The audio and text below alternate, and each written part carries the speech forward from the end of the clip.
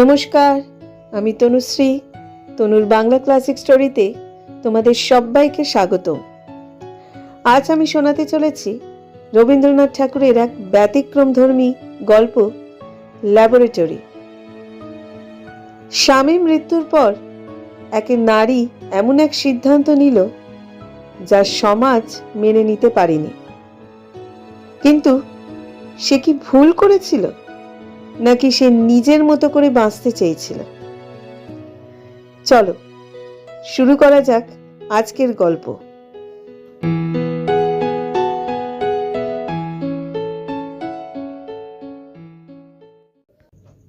নন্দকিশোর ছিলেন London university থেকে পাশ করা ইঞ্জিনিয়ার, যাকে সাধু ভাষায় বলা যেতে পারে দেদীপ্যমান ছাত্র, অর্থাৎ ব্রিলিয়ান্ট। তিনি ছিলেন তাই। স্কুল থেকে আরম্ভ করে শেষ পর্যন্ত পরীক্ষার তরুণে তরুণে ছিলেন পয়লা শ্রেণীর সওয়ারি। ওর বুদ্ধি ছিল ফলাও, ওর প্রয়োজন ছিল দরাজ, কিন্তু ওর অর্থ সম্বল ছিল আট মাপের। রেলওয়ে কোম্পানি দুটো বড় ব্রিজ তৈরি করার কাজের মধ্যে উনি ঢুকে পড়তে পেরেছিলেন। ও কাজের আয় ব্যয়ের বাড়তি পড়তি বিস্তর, কিন্তু দৃষ্টান্তটা সাধু নয়। এই ব্যাপারে যখন তিনি ডান হাত বাঁ হাত দুই হাতই জোরের সঙ্গে চালনা করেছিলেন, তখন তার মন খুঁতখুত করেনি। এইসব কাজে দেনা পাওনা নাকি কোম্পানি নামক একটা অ্যাবস্ট্রাক্ট সত্তার সঙ্গে জড়িত। সেই জন্য কোনো ব্যক্তিগত লাভ লোকসানের তহবিলে এর পীড়া পৌঁছয় না। ওর নিজের কাজে কর্তারা ওকে জিনিয়াস বলতো। নিখুঁত হিসাবের মাথা ছিল তার। বাঙালি বলেই তার উপযুক্ত পারিশ্রমিক তার জোটেনি। নিচের দরে বিলিতি কর্মচারী প্যান্টের দুই ভরা পকেটে হাত গুঁজে যখন পা ফাঁক করে হ্যালো মিস্টার মল্লিক বলে ওর পিঠ থাবড়া দিয়ে কর্তাত্তি করত, তখন ওর ভালো লাগতো না। বিশেষত যখন কাজের বেলা ছিলেন উনি, আর দামের বেলা আর নামের বেলা ওরা। এর ফল হয়েছিল এই যে, নিজের ন্যায্য প্রাপ্য টাকার একটা প্রাইভেট হিসেব ওর মনের মধ্যে ছিল। সেটা পুষিয়ে নেবার ফন্দি জানতেন ভালো করেই। পাওনা এবং অপাওনাদার টাকা নিয়ে নন্দকিশোর কোনো দিন বাবুগিরি করেননি। থাকতেন শিকদারপাড়া গলির একটা 1.5 তলা বাড়িতে। কারখানা ঘরের দাগ দেয়া কাপড় বদলাবার ওর সময় ছিল না। কেউ ঠাট্টা করে বলতেন, মজুর মহারাজের তগমা পরা আমার এই সাজ। কিন্তু বৈজ্ঞানিক সংগ্রহ ও পরীক্ষার জন্য বিশেষ করে তিনি বাড়ি বানিয়েছিলেন খুব ব্যস্ত। এমন মশগুল ছিলেন নিজের শখ নিয়ে যে কানে উঠত না লোকেরা বলা বলি করছে। এত বড় ইমারতটা যে আকাশ ফুঁড়ে উঠল, আলাদিনের প্রদীপটা ছিল কোথায়?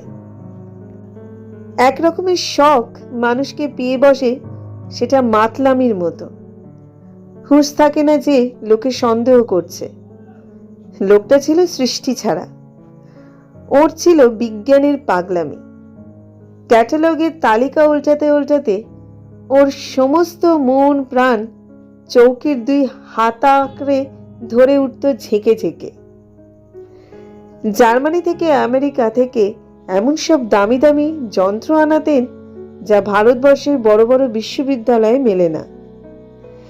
এই বিদ্যালোভীর মনে সেই তো ছিল বেদনা। এই পোড়া দেশে জ্ঞানের ভোজের উচ্ছিষ্ট নিয়ে সস্তা দরের পাত পাড়া হয়। ওদের দেশে বড় বড় যন্ত্র ব্যবহারের যে সুযোগ আছে, আমাদের দেশে না থাকাতেই ছেলেরা টেক্সট বুকের শুকনো পাতা থেকে কেবল এঁটো কাটা হাতড়িয়ে বেড়ায়। উনি হেঁকে উঠে বলতেন, ক্ষমতা আছে আমাদের মগজে, অক্ষমতা আমাদের পকেটে। ছেলেদের জন্য বিজ্ঞানের বড় রাস্তাটা খুলে দিতে হবে বেশ চওড়া করে। এই হলো ওর পণ। দুর্মূল্য যন্ত্র যত সংগ্রহ হতে লাগল, ওর সহকর্মীদের ধর্মবোধ ততই অসহ্য হয়ে উঠল। এই সময় ওকে বিপদের মুখ থেকে বাঁচালেন বড় সাহেব। নন্দকিশোরের দক্ষতার উপর তার প্রচুর শ্রদ্ধা ছিল। তাছাড়া রেলওয়ে কাজে মোটা মোটা মুঠার অপসারণ দক্ষতার দৃষ্টান্ত তার জানা ছিল। চাকরি ছাড়তে হলো। সাহেবের আনুকূল্যে রেল কোম্পানির পুরনো লোহা লক্কর সস্তা দামে কিনে নিয়ে কারখানা ফেঁদে বসলেন। তখন ইউরোপের প্রথম যুদ্ধের বাজার সরগরম। লোকটা অসামান্য কৌশলী। সেই বাজারে নতুন নতুন খালে নালায় তার মুনাফার টাকায় বান ডেকে এলো। এমন সময় আরেকটা শখ পেয়ে বসলো ওকে। একসময় নন্দকিশোর পাঞ্জাবে ছিলেন তার ব্যবসার তাগিদে। সেখানে জুটে গেল তার এক সঙ্গিনী। সকালে বারান্দায় বসে চা খাচ্ছিলেন। 20 বছরের মেয়েটি ঘাগরা দুলিয়ে অসংকোচে তার কাছে এসে উপস্থিত। জলজলে তার চোখ, ঠোঁটে একটি হাসি আছে, যেন শান দেয়া ছুরির মতো। সে ওর পায়ের কাছে ঘেঁষে এসে বললে, বাবুজি, আমি কয়দিন ধরে এখানে এসে দুবেলা তোমাকে দেখছি। আমার তাজ্জব লেগে গেছে। নন্দকিশোর হেসে বললেন, কেন, এখানে তোমাদের চিড়িয়াখানা নেই নাকি? সে বললে, চিড়িয়াখানার কোনো দরকার নেই। যাদের ভিতরে রাখবার তারা বাইরে সব ছাড়া আছে। আমি তাই মানুষ খুঁজছি। খুঁজে পেলে? নন্দকিশোরকে দেখিয়ে বললে,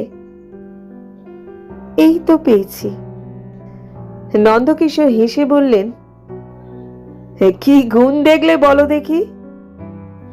ও বললে, এখানকার বড় বড় সব সেটজি গলায় মোটা সোনার চেন, হাতে হীরার আংটি তোমাকে ঘিরে এসেছিল। ভেবেছিল বিদেশি। বাঙালি কারবার বোঝে না। শিকার ছুটেছে ভালো, কিন্তু দেখলুম তাদের একজনেরও ফন্দি খাটল না। উল্টে ওরা তোমারই ফাঁসকলে পড়েছে। কিন্তু তা ওরা এখনো বোঝেনি। আমি বুঝে নিয়েছি। নন্দকিশোর চমকে গেল কথা শুনে। বুঝলে, একটা চিজ বটে, সহজ নয়। মেয়েটি বললে, আমার কথা তোমাকে বলি, তুমি শুনে রাখো। আমাদের পাড়ায় একজন ডাকসাইটের জ্যোতিষী আছে। সে আমার কুষ্টি গণনা করে বলেছিল, একদিন দুনিয়ায় আমার নাম জাহির হবে। বলেছিল, আমার জন্মস্থানে শয়তানের দৃষ্টি আছে। নন্দকিশোর বললে, বলো কি, শয়তানের? মেয়েটি বললে, জানো তো বাবুজি, জগতের সবচেয়ে বড় নাম হচ্ছে ওই শয়তানের। তাকে যে নিন্দে করে করুক, কিন্তু সে খুব খাঁটি। আমাদের বাবা বোম ভোলানাথ ভৌ হয়ে থাকেন। তার কর্ম নয় সংসার চালানো। দেখো না, সংসার বাহাদুর শয়তানির জোরে দুনিয়া জিতে নিয়েছে, খ্রিস্টানির জোরে নয়। কিন্তু ওরা খাঁটি, তাই রাজ্য রক্ষা করতে পেরেছে। যেদিন কথার খেলাপ করবে, সেদিন ওই শয়তানেরই কাছে কান মোলা খেয়ে মরবে। নন্দকিশোর আশ্চর্য হয়ে গেল। মেয়েটি বললে, বাবু, রাগ করো না। তোমার মধ্যে ওই শয়তানের মন্তর আছে, তাই তোমারই হবে জিত। অনেক পুরুষকেই আমি ভুলিয়েছি, কিন্তু আমার উপরেও টেক্কা দিতে পারে এমন পুরুষ আজ দেখল। আমাকে তুমি ছেড়ো না বাবু, তাহলে তুমি ঠকবে। নন্দকিশোর হেসে বললে, তা কি করতে হবে? দেনার দায়ে আমার আইমার বাড়ি ঘর বিক্রি হয়ে যাচ্ছে, তোমাকে সেই দেনা শোধ করে দিতে হবে। কত টাকা দেনা তোমার? 7,000 টাকা। নন্দকিশোরের চমক লাগলো ওর দাবির সাহস দেখে। বললে, আচ্ছা, আমি দিয়ে দেব, কিন্তু তারপরে?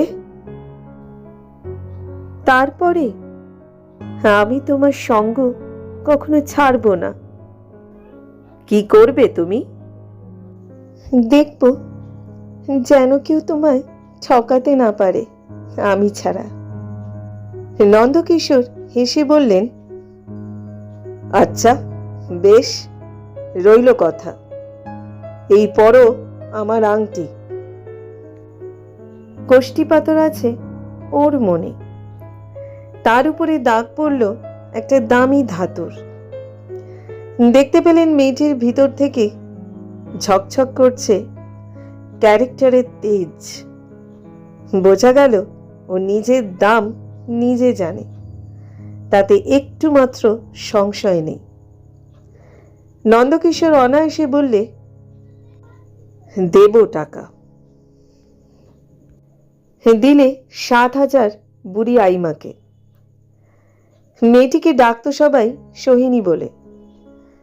পশ্চিমী ছাদের সুকঠোর ও সুন্দর তার চেহারা, কিন্তু চেহারায় মন চলাবে নন্দকিশোর সে জাতের লোক ছিলেন না। যৌবনের হাটে মন নিয়ে জুয়ো খেলবার সময় ছিল না তার। নন্দকিশোর ওকে যে দশা থেকে নিয়ে এসেছিলেন সেটা খুব নির্মল নয় এবং নিভৃত নয়, কিন্তু ওই একরোখা একগুঁয়ে মানুষ সাংবাদিক প্রয়োজন বা প্রথাগত বিচারকে গ্রাহ্য করতেন না।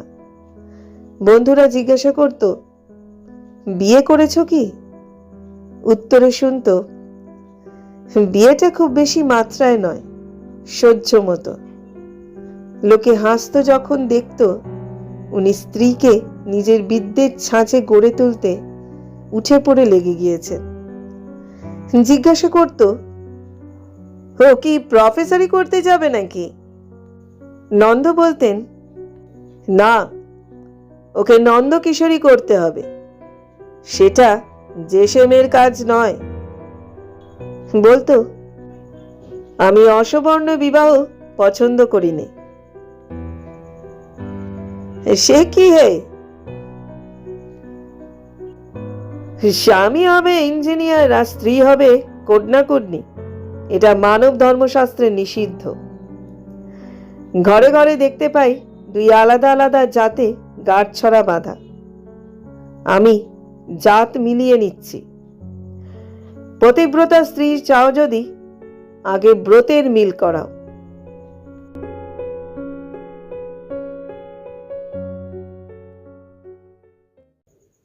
নন্দকিশোর মারা গেলেন প্রৌঢ় বয়সে কোন এক দুঃসাহসিক বৈজ্ঞানিক পরীক্ষার অপঘাতে। সোহিনী সমস্ত কারবার বন্ধ করে দিলে। বিধবা মেয়েদের ঠকিয়ে খাবার ব্যবসাদার এসে পড়ল চার দিক থেকে। মামলার ফাঁদ ফাঁদলে আত্মীয়তার ছিটে ফোঁটা আছে যাদের, সোহিনী স্বয়ং সমস্ত আইনের প্যাঁচ নিতে লাগলো বুঝে। তার উপরে নারীর মোহজাল বিস্তার করে দিলে স্থান বুঝে উকিল পাড়ায়। মেয়ের বিয়ের প্রসঙ্গে কুলশীল জাত গোষ্ঠীর কথা বিচার করবার রাস্তা ছিল না, একমাত্র ছিল মন ভোলাবার পথ। শাস্ত্রকে ডিঙিয়ে গেল তার ভেলকি। অল্প বয়সের মারোয়ারি ছেলে, তার টাকা পৈতৃক, শিক্ষা একালের। অকস্মাৎ সে পড়ল এসে অনঙ্গের অলক্ষ্য ফাঁদে। নীলা একদিন গাড়ির অপেক্ষায় স্কুলের দরজার কাছে ছিল দাঁড়িয়ে। সে সময় ছেলেটি দৈবাৎ তাকে দেখেছিল। তারপর থেকে আরও কিছুদিন ওই রাস্তায় সে বায়ু সেবন করেছে। স্বাভাবিক স্ত্রী বুদ্ধির প্রেরণায় মেয়েটি গাড়ি আসবার বেশ কিছুক্ষণ পূর্বেই গেটের কাছে দাঁড়াতো। কেবল সেই মারোয়ারি ছেলে নয়, আরো 2-4 সম্প্রদায়ের যুবক ওইখানটায় অকারণ পদচারণার চর্চা করত। তার মধ্যে ওই ছেলেটি চোখ বুজে দিল ঝাঁপ ওর জালের মধ্যে। আর ফিরল না। সিভিল মতে বিয়ে করলে সমাজের ওপারে।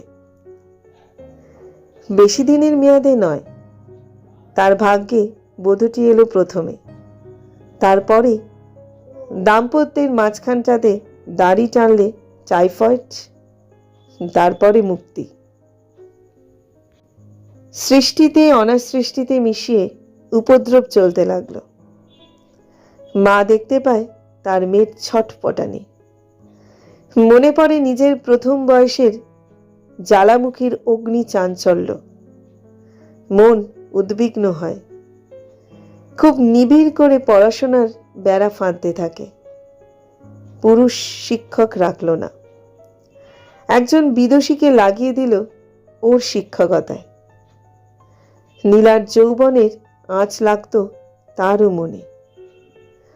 তুলত তাকে তাতীয় অনির্দেশ্য কামনার তপ্ত বাষ্পে। মুগ্ধের দল ভিড় করে আসতে লাগলো এদিকে ওদিকে, কিন্তু দরওয়াজা বন্ধ। বন্ধুত্ব প্রয়াসিনীরা নিমন্ত্রণ করতে চায় সিনেমায়। নিমন্ত্রণ পৌঁছায় না কোনো ঠিকানায়। অনেক লোভী ফিরতে লাগলো মধুগন্ধভরা আকাশে, কিন্তু কোনো অভাগ্য কাঙাল সোহিনীর ছাড়পত্র পায় না। এদিকে দেখা যায় উৎকণ্ঠিত মেয়ে সুযোগ পেলেই উকি ঝুঁকি দিতে চায় অজায়গায়। বই পড়ে যে বই টেক্সট বুক কমিটির অনুমোদিত নয়, ছবি গোপনে আনিয়ে নেয় যা আর শিক্ষার আনুকূল্য করে বলে বিড়ম্বিত। ওর বিদুষী শিক্ষয়িত্রীকে পর্যন্ত অন্যমনস্ক করে দিলে। ডায়োসেশন থেকে বাড়ি ফেরবার পথে আলু থালু চুলওয়ালা গোফের রেখামাত্র দেয়া সুন্দর হানো এক ছেলে ওর গাড়িতে চিঠি ফেলে দিয়েছিল। ওর রক্ত উঠেছিল ছমছম করে। চিঠিখানা লুকিয়ে রেখেছিল জামার মধ্যে। ধরা পড়ল মায়ের কাছে। সমস্ত দিন ঘরে বন্ধ থেকে কাটল অনাহারে। সোহিনীর স্বামী যাদের বৃত্তি দিয়েছিলেন সেই সব ভালো ভালো ছাত্রমহলে সোহিনী পাত্র সন্ধান করেছে। সবাই প্রায় আড়ে আড়ে ওর টাকার থলির দিকে তাকায়। একজন তো তার থিসিসে ওর নামে উৎসর্গ করে বসল। ও বললে, হায় রে কপাল, লজ্জায় ফেললে আমাকে।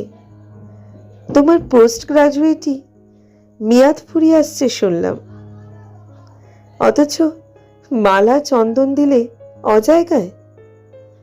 হিসাব করে ভক্তি না করলে উন্নতি হবে না যে। কিছুদিন থেকে একটি ছেলের দিকে সোহিনী দৃষ্টিপাত করেছিল। ছেলেটি পছন্দসই বটে। তার নাম রেবতী ভট্টাচার্য। এরই মধ্যে সায়েন্সের ডাক্তার পদবিতে চড়ে বসেছে। ওর দুটো একটা লেখার যাচাই হয়ে গেছে বিদেশে। সেটাতে তার অসংকোচ নৈপুণ্য ছিল।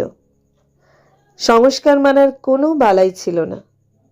মামলায় জিতে নিলে একে একে দুঃসম্পর্কের দেওর গেল জেলে দলিল জাল করার অপরাধে। ওদের একটি মেয়ে আছে, তার নামকরণ হয়েছিল নীলিমা। মেয়ে স্বয়ং সেটিকে বদল করে নিয়েছে নীলা। কেউ না মনে করে বাপ মা মেয়ের কালো রং দেখে একটা মোলায়েম নামের তলায় সেই নিন্দেটি চাপা দিয়েছে। মেয়েটি একেবারে ফুটফুটে গৌর বর্ণ। মা বলতো ওদের পূর্বপুরুষ কাশ্মীর থেকে এসেছিল। মেয়ের দেহে ফুটেছে কাশ্মীরি শ্বেতপদ্মের আভা, চোখেতে নীলপদ্মের আভাস, আর চুলে চমক দেয় যাকে বলে পিঙ্গল বর্ণ।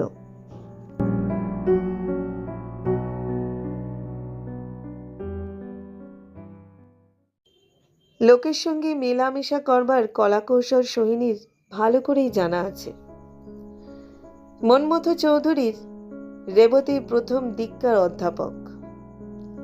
তাকে নিলে বশ করে কিছুদিন চায়ের সঙ্গে রুটি, টোস্ট, অমলেট, কখনো বা ইলিশ মাছের ডিমের বড়া খাইয়ে কথাটা পারলে। বললে, আপনি হয়তো ভাবছেন আমি আপনাকে বারে বারে চা খেতে ডাকি কেন। মিসেস মল্লিক, আমি তোমাকে নিশ্চয়ই বলতে পারি সেটা আমার দুর্ভাবনার বিষয় নয়। সোহিনী বললে, লোকে ভাবে আমরা বন্ধুত্ব করে থাকি স্বার্থের গরজে। দেখো মিসেস মল্লিক, আমার মতে হচ্ছে এই গরাজটা জারি হোক, বন্ধুত্বটাই তো লাভ। আর এই বা কম কথা কি, আমার মতো অধ্যাপককে দিয়েও কারো স্বার্থ সিদ্ধি হতে পারে। এই যাত্রার বুদ্ধি কেতাবের বাইরে হাওয়া খেতে পায় না বলে ফ্যাকাশে হয়ে গেছে। আমার কথা শুনে তোমার হাসি পাচ্ছে দেখতে পাচ্ছি। দেখো, যদিও আমি মাস্টারি করি, তবু ঠাট্টা করতেও পারি। দ্বিতীয়বার চা খেতে ডাকবার পূর্বে এটা জেনে রাখা ভালো। জেনে রাখলো, বাঁচল। অনেক অধ্যাপক দেখেছি, তাদের মুখ থেকে হাসি বের করতে ডাক্তার ডাকতে হয়। বাবা, আমারই দলের লোক দেখছি তুমি। তাহলে এবার আসল কথাটা পারা হোক।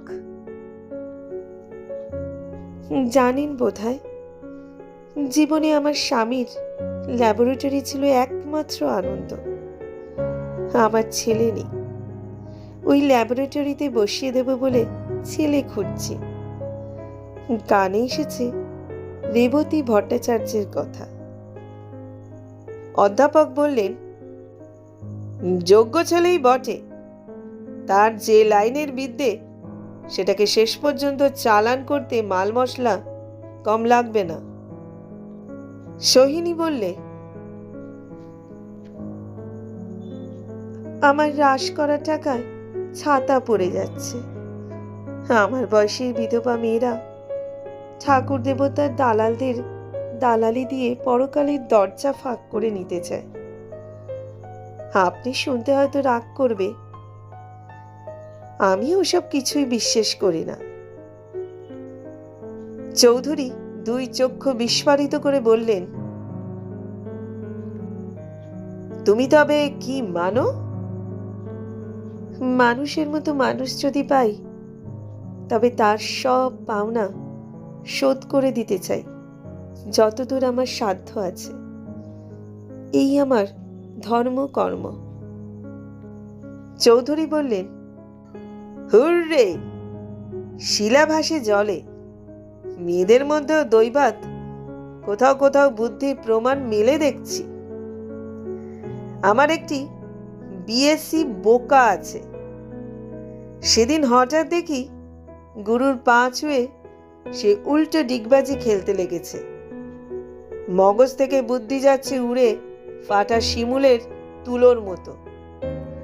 তা তোমার বাড়িতেই ওকে ল্যাবরেটরিতে বসিয়ে দিতে চাও? তফাতে আর কোথাও হলে হয় না। চৌধুরী মশাই, আপনি ভুল করবেন না। আমি মেয়ে মানুষ। এইখানে এই ল্যাবরেটরিতেই হয়েছে আমার স্বামীর সাধনা।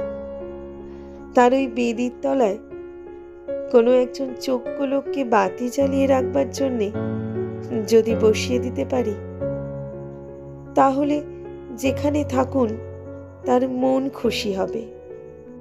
চৌধুরী বললেন, বাইজৌফ, এতক্ষণে মেয়ে মানুষের গলার আওয়াজ পাওয়া যাচ্ছে। শুনতে খারাপ লাগলো না। একটা কথা জেনে রেখো, রেবতীকে যদি শেষ পর্যন্ত পুরোপুরি সাহায্য করতে চাও তাহলে লাখ টাকারও লাইন পেরিয়ে যাবে। গেলেও আমার খুদ করে কিছু বাকি থাকবে, কিন্তু পরলোকে যাকে খুশি করতে চাও তার মেজাজ খারাপ হয়ে যাবে না তো? শুনেছি তারা ইচ্ছে করলে ঘাড়ে চড়ে লাফালাফি করতে পারেন। আপনি খবরের কাগজ পড়েন তো? মানুষ মারা গেলেই তার গুণাবলী প্যারাগ্রাফে প্যারাগ্রাফে ছাপিয়ে পড়তে থাকে। সেই মৃত মানুষের বদান্যতার উপরে ভরসা করলে তো দোষ নেই।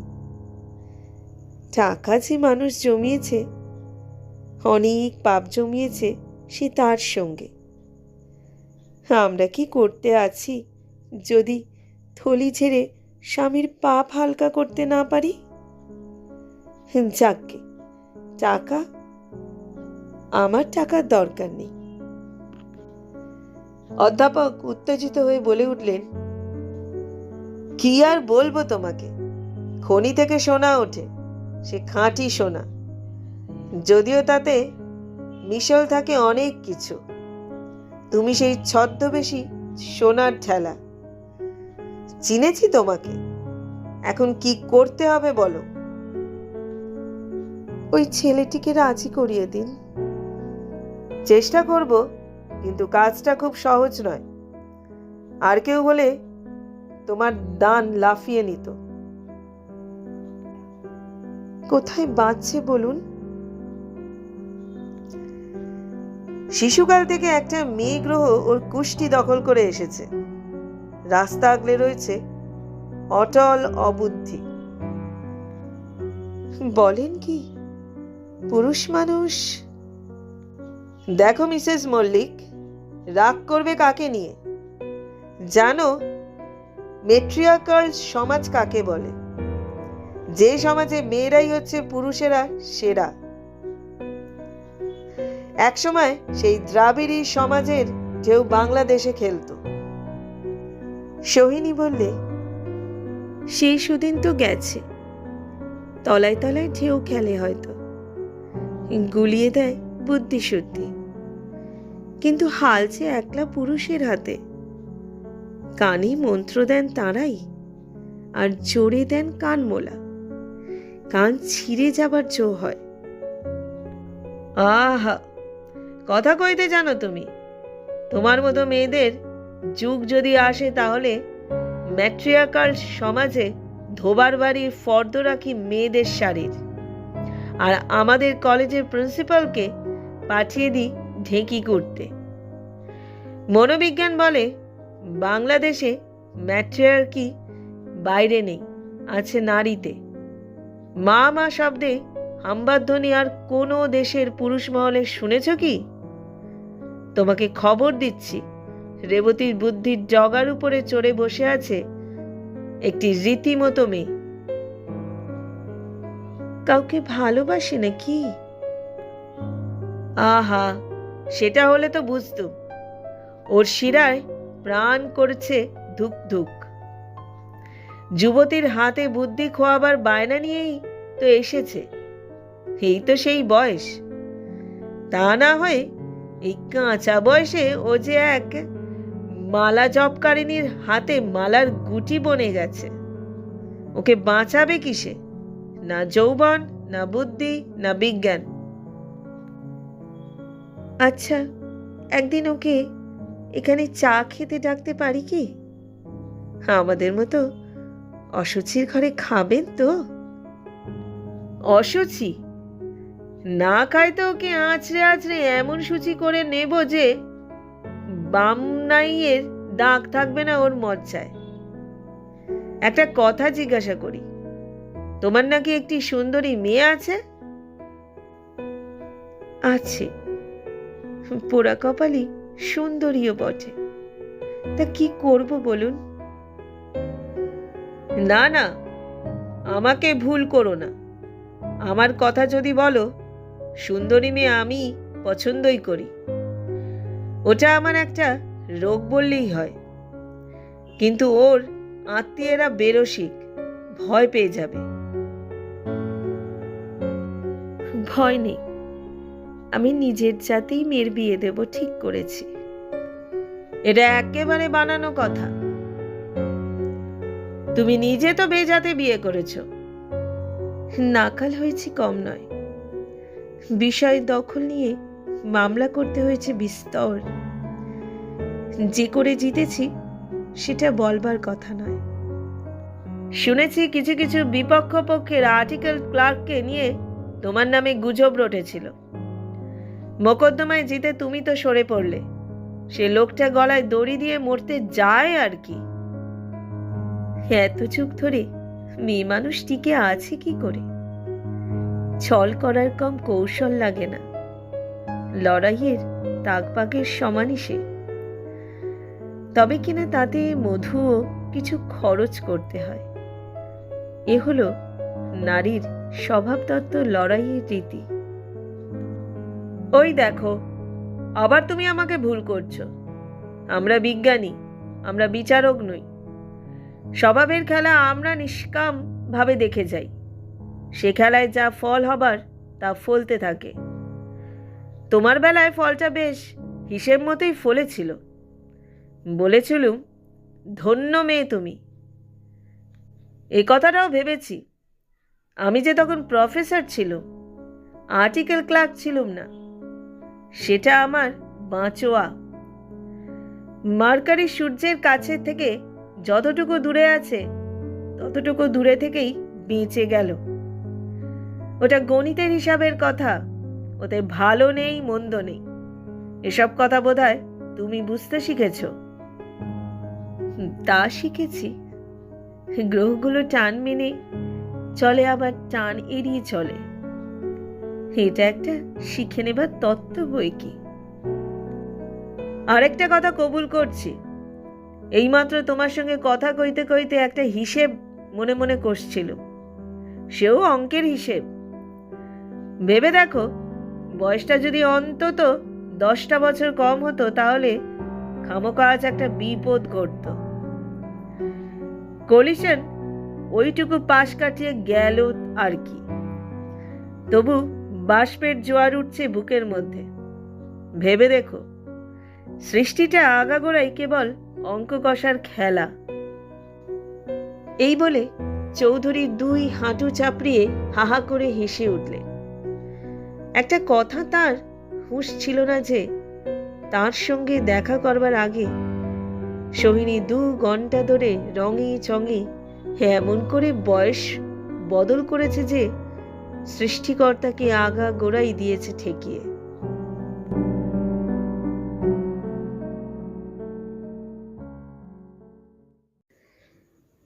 পরের দিন অধ্যাপক এসে দেখলেন সোহিনী রোঁয়া ওঠা হাড় বের করা একটা কুকুরকে স্নান করিয়ে তোয়ালে দিয়ে তার গা মুছিয়ে দিচ্ছে। চৌধুরী জিজ্ঞাসা করলেন, এই অপয়মন্তটাকে এত সম্মান কেন? ওকে বাঁচিয়েছি বলে।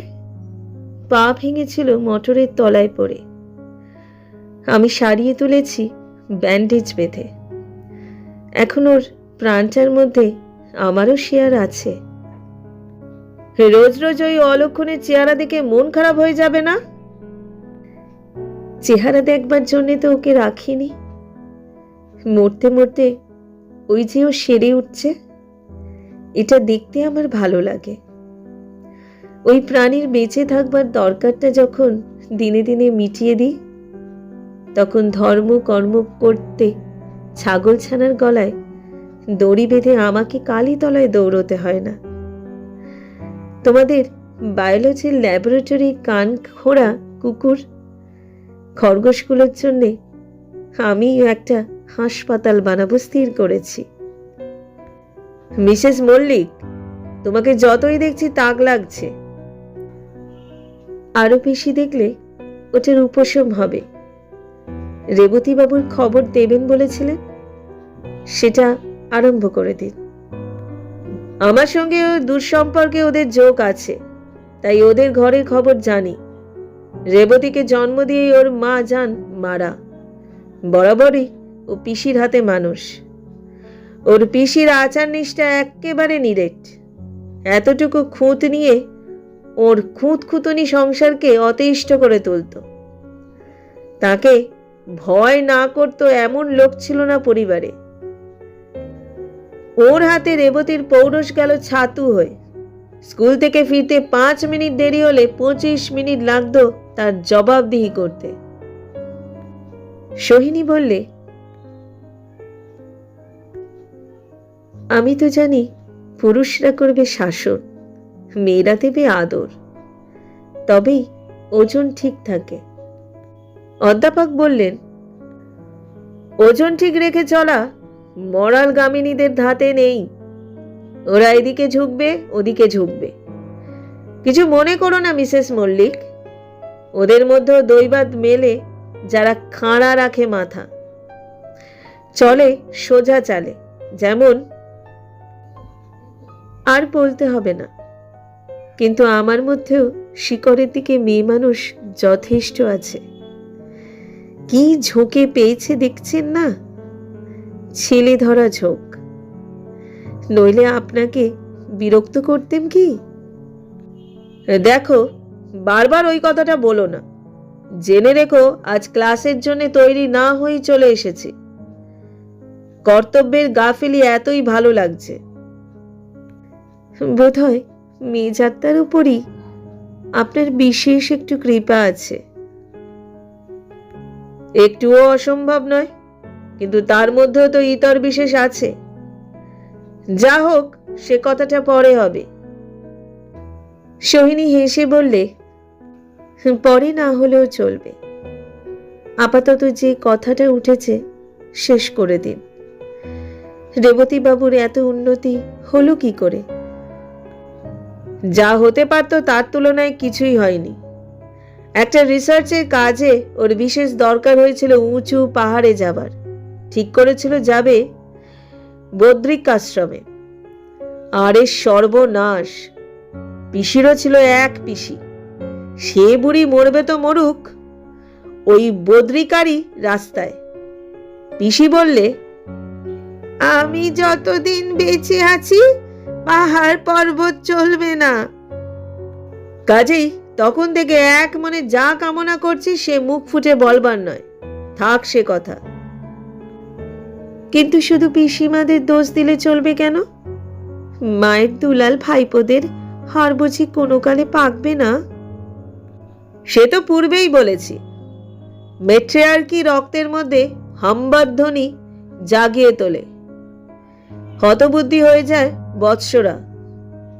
আফসোসের কথা কি আর বলবো, এ তো হলো নাম্বার 1।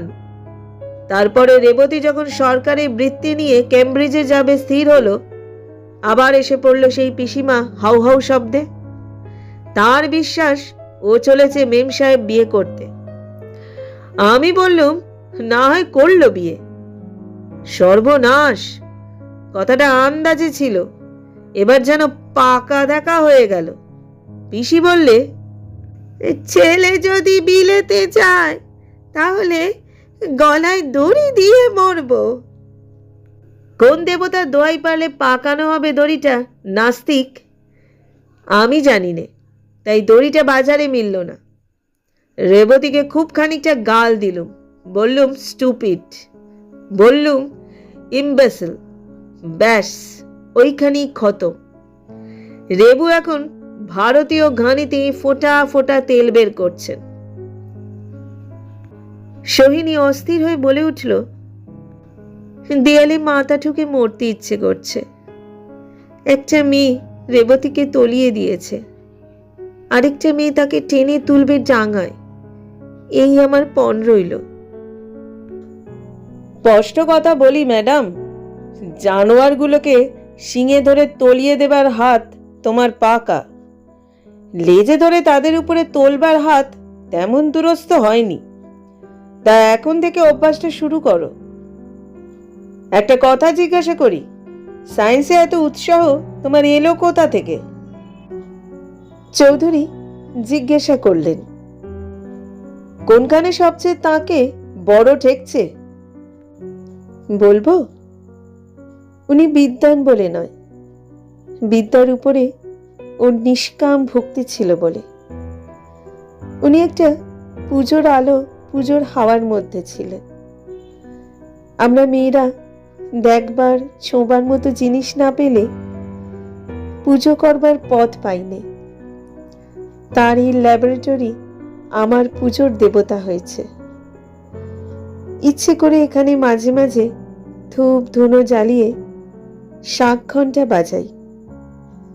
ভয় করি আমার স্বামীর ঘৃণাকে। তার দৈনিক যখন পুজো ছিল, এইসব যন্ত্রতন্ত্র ঘিরে জমত কলেজের ছাত্রেরা। শিক্ষা নিত তার কাছ থেকে, আর আমিও বসে যেতাম। ছেলেগুলো সায়েন্সে মন দিতে পারতো কি? যারা পারত তাদেরই বাছাই হয়ে যেত। এমন সব ছেলে দেখেছি যারা সত্যকার বৈরাগী। আবার দেখেছি কেউ কেউ নোট নেবার ছলে একেবারে পাশের ঠিকানায় চিঠি লিখে সাহিত্য চর্চা করত। কেমন লাগতো? সত্যি কথা বলবো, খারাপ লাগতো না। স্বামী চলে যেতেন কাজে, ভাবুকদের মন আশেপাশে ঘুরঘুর করত। কিছু মনে করো না, আমি সাইকোলজি স্টাডি করে থাকি। জিজ্ঞাসা করি, ওরা কিছু ফল পেত কি? বলতে ইচ্ছে করে না, নোংরা আমি। দু চারজনের সঙ্গে জানাশোনা হয়েছে, যাদের কথা মনে পড়লে আজও মনের মধ্যে মুচড়িয়ে ধরে। 2-4 জন? মন যে লোভী।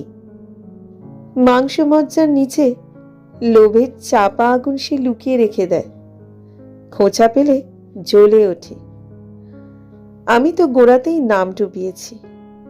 সত্যি কথা বলতে আমার বাঁধে না। আজন্ম তপস্বিনী নই আমরা। ভরং করতে করতে প্রাণ বেরিয়ে গেল মেয়েদের। দ্রৌপদী কুন্তীদের সেজে বসতে হয় সীতা সাবিত্রী। একটা কথা বলি আপনাকে চৌধুরী মশাই, মনে রাখবেন। ছেলেবেলা থেকে ভালো মন্দ বোধ আমার স্পষ্ট ছিল না। কোনো গুরু আমায় তা শিক্ষা দেননি। তাই মন্দের মাঝে আমি ঝাঁপ দিয়েছি সহজে, পারও হয়ে গেছি সহজে। গায়ে আমার দাগ লেগেছে, কিন্তু মনে ছাপ লাগেনি। কিছু আমাকে আঁকড়ে ধরতে পারিনি। যাই হোক, তিনি যাবার পথে তার চিতার আগুনে আমার আসক্তিতে আগুন লাগিয়ে দিয়েছেন। জমা পাপ একে একে জ্বলে যাচ্ছে। এই ল্যাবরেটরিতেই জ্বলছে সেই হোমের আগুন। ব্র্যাভো! সত্যি কথা বলতে কি সাহস তোমার! সত্যি কথা বলিয়ে নেবার লোক থাকলে বলা সহজ হয়। আপনি যে খুব সহজ, খুব সত্যি। দেখো, ওই যে চিঠি লিখিয়ে ছেলেগুলো তোমার প্রসাদ পেয়েছিল, তারা কি এখনো আনাগোনা করে? সেই করেই তো তারা মুছে দিয়েছে আমার মনের ময়লা। দেখলুম জুটছে তারা আমার চেক বইয়ের দিকে লক্ষ্য করে। ভেবেছিল মেয়ে মানুষের মোহ মরতে চায় না। ভালোবাসার সিধের গর্ত দিয়ে পৌঁছবে তাদের হাত আমার টাকার সিন্ধুকে। এত রস আমার নেই, তারা তা জানতো না। আমার শুকনো পাঞ্জাবি মন। আমি সমাজের আইন কানুন ভাসিয়ে দিতে পারি দেহের টানা পড়ে, কিন্তু প্রাণ গেলেও বেইমানি করতে পারবো না। আমার ল্যাবরেটরির 1 পয়সাও তারা খসাতে পারেনি। আমার প্রাণ শক্ত পাথর হয়ে চেপে আছে আমার দেবতার ভান্ডারের দ্বার। ওদের সাধ্য নেই সে পাথর গলাবে। আমাকে যিনি বেছে এনেছিলেন তিনি ভুল করেননি। তাকে আমি প্রণাম করি, আর পাই যদি সেই ছেলেগুলোর কান মলে দিই। বিদায় নেবার আগে অধ্যাপক একবার ল্যাবরেটরিটা ঘুরে এলেন সোহিনীকে সঙ্গে নিয়ে।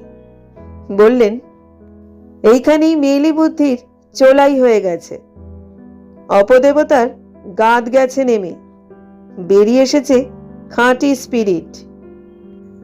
সোহিনী বললে, যা বলুন, মন থেকে ভয় যায় না। মেয়েলি বুদ্ধি বিধাতার আদি সৃষ্টি। যখন বয়স অল্প থাকে, মনের জোর থাকে, তখন সে লুকিয়ে থাকে ঝোপে ঝোপে। যেই রক্ত আসে ঠান্ডা হয়ে, বেরিয়ে আসেন সনাতনী পিসিমা। তার আগেই আমার মরবার ইচ্ছে রইল। অধ্যাপক বললেন, ভয় নেই তোমার, আমি বলছি তুমি সজ্ঞানে মরবে। সকল রকম সায়েন্সেই সারা জীবন আমার স্বামীর মন ছিল মেতে। তার নেশা ছিল বর্মা চুরুট আর ল্যাবরেটরি। আমাকে চুরুট ধরিয়ে প্রায় বর্মিস মেয়ে বানিয়ে তুলেছিলেন। ছেড়ে দিলুম, দেখলুম পুরুষদের চোখে খটকা লাগে। তার আর এক নেশা আমার উপর দিয়ে জমিয়েছিলেন। পুরুষরা মেয়েদের মজায় বোকা বানিয়ে, উনি আমাকে মজিয়েছিলেন বিদ্যে দিয়ে দিন রাত। দেখুন চৌধুরী মশাই, স্বামীর দুর্বলতা স্ত্রীর কাছে ঢাকা থাকে না, কিন্তু আমি ওর মধ্যে কোনোখানে খাদ দেখতে পাইনি। কাছ থেকে যখন দেখতুম, দেখেছি উনি বড়। আজ দূর থেকে দেখছি, দেখি উনি আরো বড়।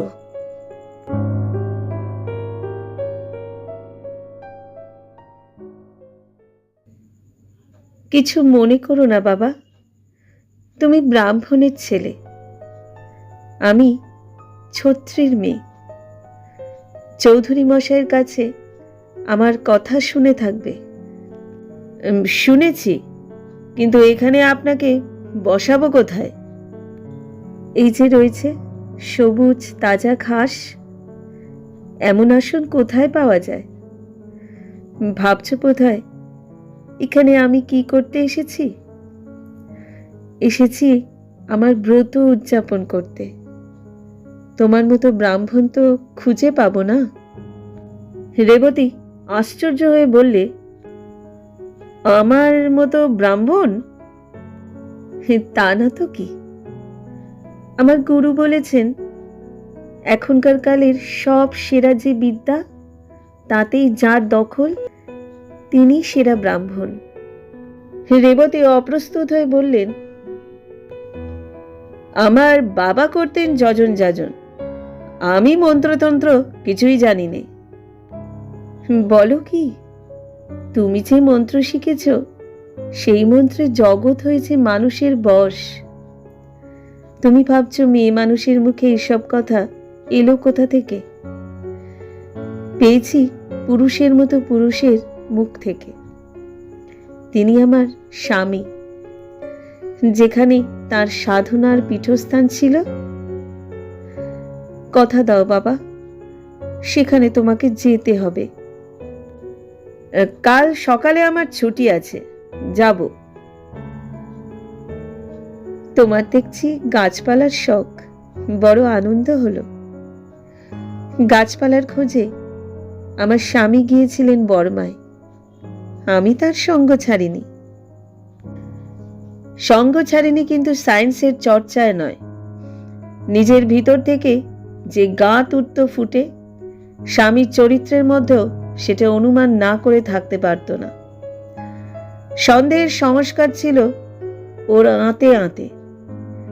একসময় নন্দকিশোরের যখন গুরুতর পীড়া হয়েছিল, তিনি স্ত্রীকে বলেছিলেন, মরবার একমাত্র আরাম এই যে সেখান থেকে তুমি আমাকে খুঁজে বের করে ফিরিয়ে আনতে পারবে না। সোহিনী বললে, সঙ্গে যেতে পারি তো? নন্দকিশোর হেসে বললে, সর্বনাশ। সোহিনী রেবতীকে বললে, বর্মা থেকে আসবার সময় এনেছিলাম এক গাছের চারা। বর্মিচরা তাকে বলে কোশ্চা ইট্টা নিয়ঙ্ক, চমৎকার ফুলের শোভা, কিন্তু কিছুতেই বাঁচাতে পারলুম না। আজই সকালে স্বামীর ল্যাবরেটরি ঘেঁটে এ নাম সোহিনী প্রথম বের করেছে। গাছটা চোখেও দেখেনি। বিদ্যার জাল ফেলে বিদ্যানকে টানতে চায়। অবাক হলো রেবতী। জিজ্ঞাসা করলে, এর ল্যাটিন নামটা কি জানেন? সোহিনী অনায়াসে বলে দিলে, তাকে বলে মিলেটিয়া। আমার স্বামী সহজে কিছু মানতেন না, তবু তার একটা অন্ধবিশ্বাস ছিল, ফলে ফুলে প্রকৃতির মধ্যে যা কিছু আছে সুন্দর, মেয়েরা বিশেষ অবস্থায় তার দিকে একান্ত করে যদি মন রাখে, তাহলে সন্তানরা সুন্দর হয়ে জন্মাবেই। এ কথা তুমি বিশ্বাস করো কি? বলা বাহুল্য, এটা নন্দকিশোরের মত নয়। রেবতী মাথা চুলকিয়ে বললে, যথোচিত প্রমাণ তো এখনো জড়ো হয়নি। সোহিনী বললে, অন্তত একটা প্রমাণ পেয়েছি, আমার আপন ঘরেই। আমার মেয়ে এমন আশ্চর্য রূপ পেল কোথা থেকে, বসন্তের নানা ফুলের যেন। থাক, নিজের চোখে দেখলেই বুঝতে পারবে। দেখবার জন্য উৎসুক হয়ে উঠল রেবতী। নাট্যের কোনো সরঞ্জাম বাকি ছিল না। সোহিনী তার রাঁধুনি বামুনকে সাজিয়ে এনেছে পূজারী বামুনের বেশে। পরনে চেলি, কপালে ফোঁটা তিলক, টিকিতে ফুল বাঁধা, বেলের আঠায় মাজা মোটা পইতে গলায়। তাকে ডেকে বললে, ঠাকুর, সময় তো হলো, নীলুকে একবার ডেকে নিয়ে এসো। নীলাকে তার মা বসিয়ে রেখেছিল স্টিম লঞ্চে। ঠিক ছিল ডালি হাতে সে উঠে আসবে।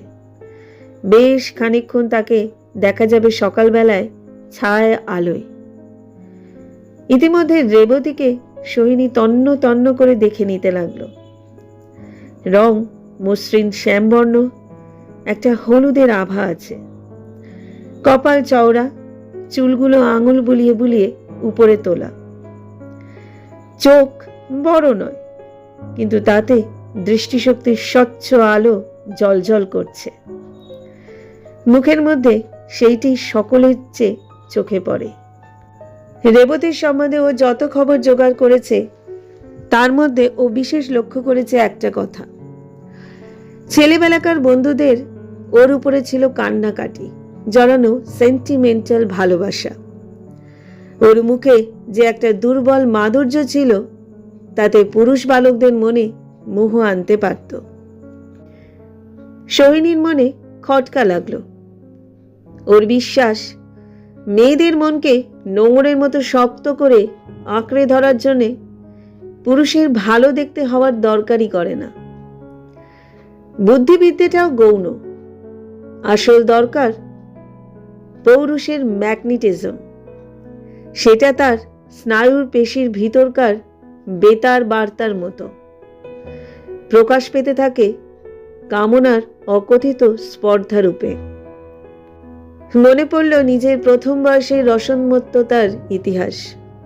ও যাকে টেনেছিল, কিংবা যে টেনেছিল ওকে, তার না ছিল রূপ, না ছিল বিদ্যা, না ছিল বংশ গৌরব, কিন্তু কি একটা অদৃশ্য তাপের বিকিরণ ছিল, যার অলক্ষ্য সংস্পর্শে সমস্ত দেহ মন দিয়ে ও তাকে অত্যন্ত করে অনুভব করেছিল পুরুষ মানুষ বলে।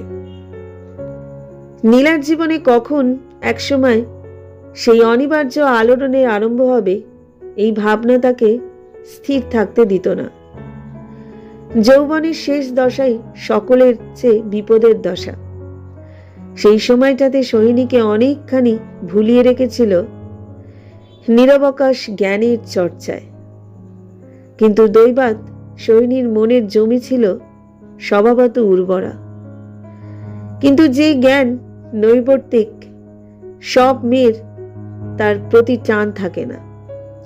নীলার মনে আলো পৌঁছয় না।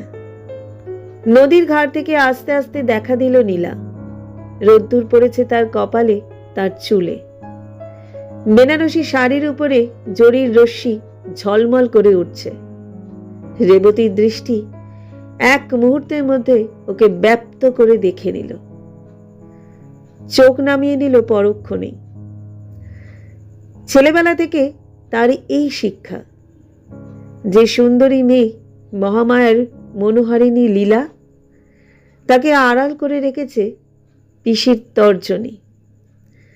তাই যখন সুযোগ ঘটে তখন দৃষ্টির অমৃত ওকে তাড়াতাড়ি এক চুমুকে গিলতে হয়। মনে মনে রেবতীকে ধিক্কার দিয়ে সোহিনী বললে, দেখো দেখো, একবার চেয়ে দেখো। রেবতী চমকে উঠে চোখ তুলে চাইলে। সোহিনী বললে, দেখো তো ডক্টর অফ সায়েন্স, ওর শাড়ির রঙের সঙ্গে পাতার রঙের কি চমৎকার মিল হয়েছে। রেবতী সসংকোচে বললে, চমৎকার। সোহিনী মনে মনে বললে, না, আর পারা গেল না। আবার বললে, ভিতরে বসন্তী রং উকি মারছে, উপরে সবচেয়ে নীল, কোন ফুলের সঙ্গে মেলে বলো দেখি। উৎসাহ পেয়ে রেবতী ভালো করেই দেখলে, বললে, একটা ফুল মনে পড়ছে, কিন্তু উপরের আবরণটা ঠিক নীল নয়, ব্রাউন। কোন ফুল বলো তো? মেলিনা। ও, বুঝেছি, তার 5টা পাপড়ি, একটু উজ্জ্বল হলদে, বাকি 4টে শ্যামবর্ণ। এত করে ফুলের পরিচয় জানলেন কি করে? জানা উচিত হয়নি বাবা, পুজোর সাজির বাইরের ফুল আমাদের কাছে পরপুরুষ বললেই হয়। জালি হাতে এলো ধীরে ধীরে নীলা। মা বললে, জড়সড় হয়ে দাঁড়িয়ে রইলি কেন? পা ছুঁয়ে প্রণাম কর। থাক থাক বলে রেবতী অস্থির হয়ে উঠল। রেবতী আসন করে বসেছিল। পা খুঁজে বের করতে নীলাকে একটু হাত রাতে হলো। শিউরে উঠল রেবতীর সমস্ত শরীর। জালিতে ছিল দুর্লভ জাতীয় অর্কিডের মঞ্জরি, রূপোর থালায় ছিল বাদামের তক্তি, পেস্তার বরফি, চন্দ্রপুলি, ক্ষীরের ছাঁচ, মালাইয়ের বরফি, চৌকো করে কাটা কাটা ভাপা দই। বললে, এই সমস্তই তৈরি নীলার নিজের হাতে। সম্পূর্ণ মিথ্যে কথা। এসব কাজে নীলার না ছিল হাত, না ছিল মন। সোহিনী বললে, একটু মুখে দিতে হয় বাবা, ঘরে তৈরি তোমারই উদ্দেশ্যে। ফরমাসে তৈরি বড় বাজারের এক চেনা দোকানে। রেবতী হাতজোড় করে বললে, এ সময় খাওয়া আমার অভ্যাস নয়, বরং অনুমতি করেন যদি বাসায় নিয়ে যাই। সেই ভালো, অনুরোধ করে খাওয়ানো আমার স্বামীর আইনে বারণ। তিনি বলতেন, মানুষ তো অজগরের জাত নয়। একটা বড় টিফিন ক্যারিয়ারে থাকে থাকে সৈনিক খাবার সাজিয়ে দিলে। নীলাকে বলল, দে তো মা, সাজিতে ফুলগুলি ভালো করে সাজিয়ে। এক জাতের সঙ্গে আরেক জাত মিশিয়ে দিস নে যেন। আর তোর খোপা ঘিরে ওই যে সিল্কের রুমাল জড়িয়েছিস, ওটা পেতে দিস ফুলগুলির উপরে। বিজ্ঞানীর চোখে আজ পিপাসুর দৃষ্টি উঠল উৎসুক হয়ে। এ যে প্রাকৃত জগতের মাপ ওজনের বাইরেকার জিনিস। নানা রঙের ফুলগুলির মধ্যে নীলার সুঠাম আঙুল সাজাবার লয় রেখে নানা ভঙ্গিতে চলছিল। রেবতীর চোখ ফেরানো দায় হলো। মাঝে মাঝে নীলার মুখের দিকে তাকিয়ে নিচ্ছিল। একদিকে সেই মুখের সীমানা দিয়েছে চুনি মুক্ত পান্নার মিশল করা একহারা হাড় জড়ানো চুলের ইন্দ্রধনু, আরেকদিকে বসন্তী রঙা কাঁচুলির উচ্ছ্রিত রাঙা পাটটি। সোহিনী মিষ্টান্ন সাজাচ্ছিল। কিন্তু ওর একটা তৃতীয় নেত্র আছে যেন। সামনে যে একটা জাদু চলছিল সে ওর লক্ষ্য এড়ায়নি। নিজের স্বামীর অভিজ্ঞতা অনুসারে সোহিনীর ধারণা ছিল বিদ্যা সাধনার বেড়া দেয়া ক্ষেত যে সে গরু চড়বার ক্ষেত নয়। আজ আভাস পেল বেড়া সকলের পক্ষে সমান ঘন নয়। সেটা ভালো লাগলো না।